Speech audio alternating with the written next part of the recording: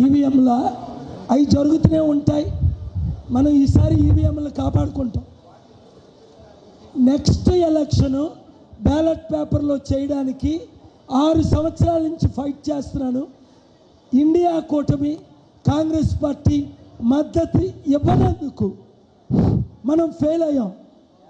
2019 నుంచి నేను ఈవీఎంల ఎలక్షన్ వద్దు అని సుప్రీంకోర్టులో పిల్లేశాను.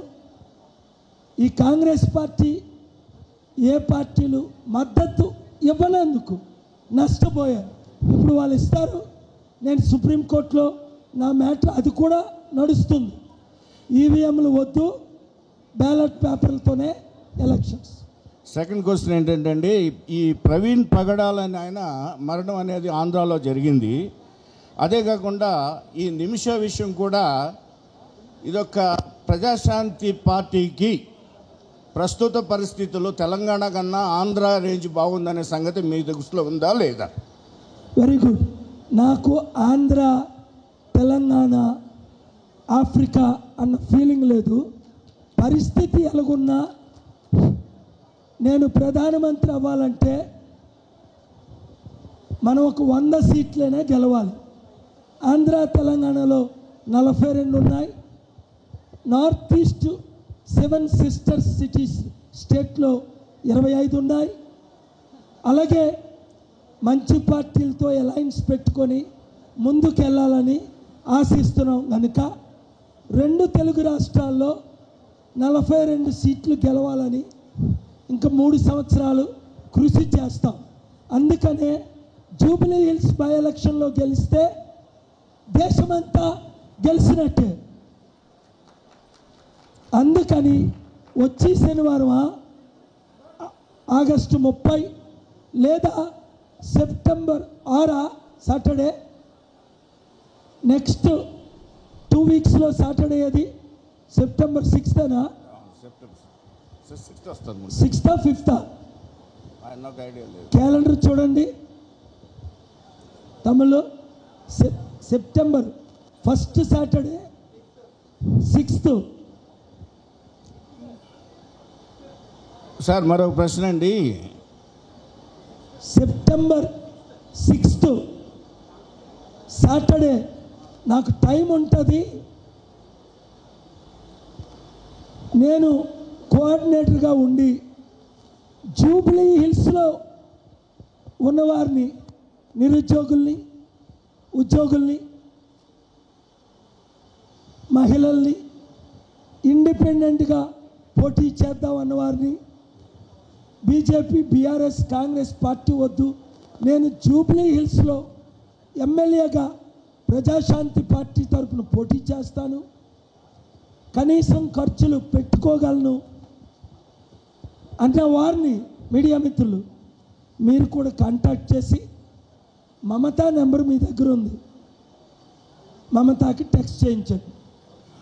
సార్ జూబ్లీ హిల్స్ గురించి మాట్లాడాల్సి వస్తే, జాబిల్లి అని ఇదివరకు జాబిల్ హిల్స్ అని పిలిచేవాళ్ళు, ట్రైబల్స్ ఉండేవాళ్ళు. వాళ్ళందరినీ బయటికి తోలేసి అగ్రకులస్తులు వచ్చి దీన్ని ఆక్యుపై చేసుకున్నారు. ప్రజెంట్గా మన ఓటర్ లిస్టులో మనకి అగ్రకులస్తులు ఎంతమంది ఉన్నారు, బీసీలు మొత్తం ఎంతమంది ఉన్నారు, ఎస్సీలు ఎంతమంది ఉన్నారు అనే ఏదైనా డేటా ఏదైనా ఉందా గ్రౌండ్ లెవెల్లో? ఎందుకంటే మేము ఇదివరకు 2024లో మేము సర్వే చేస్తే ఆంధ్రాలో, తెలంగాణలో, అంత ముందు జరిగిన తెలంగాణలో కూడా మేము ఫస్ట్ ఇన్ కైండ్ అని చెప్పేసి ఇంటెలిజెన్స్ వాళ్ళు central intelligence and state intelligence certify చేశారు. అట్లాగా జూబ్లీ హిల్స్ గురించి ground report. Very good question.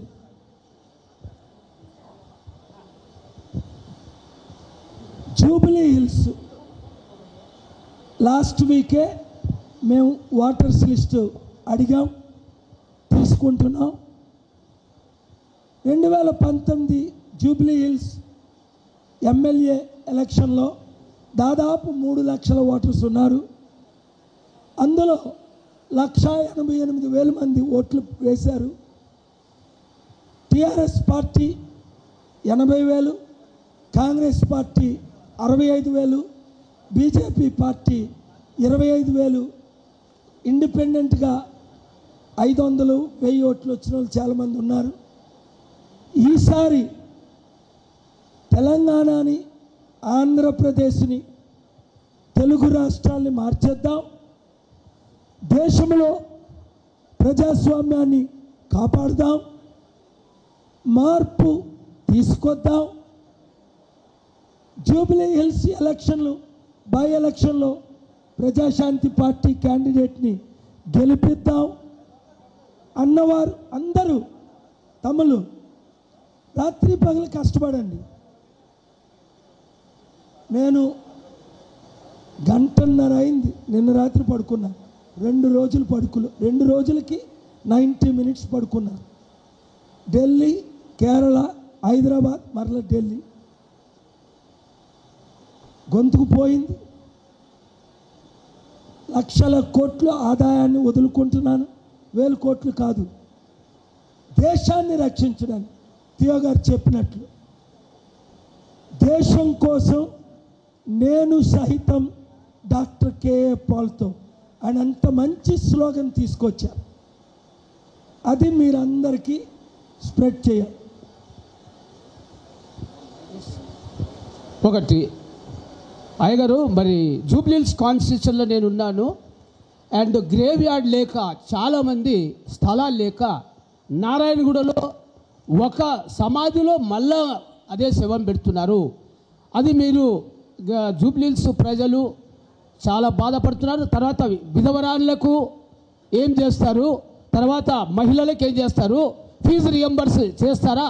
నేను 2019లో ఇండియా ప్రజాబంధు పార్టీ కంటెస్ట్ ఎమ్మెల్యేగా ఉన్నప్పుడు మరి కేఏ పాల్ సారు మా ప్రజాశాంతి పార్టీ దాంట్లో మరి హరిహర కళభవన్లో వచ్చాము, మరి తర్వాత ప్యారడైజ్ గ్రౌండ్లో వచ్చాము. దయచేసి చాలామంది ఇక్కడ మరి గ్రేవ్ యార్డ్ లేక చాలా బాధపడుతున్నారు సార్. దీనికి ఏంటి సమాధానం?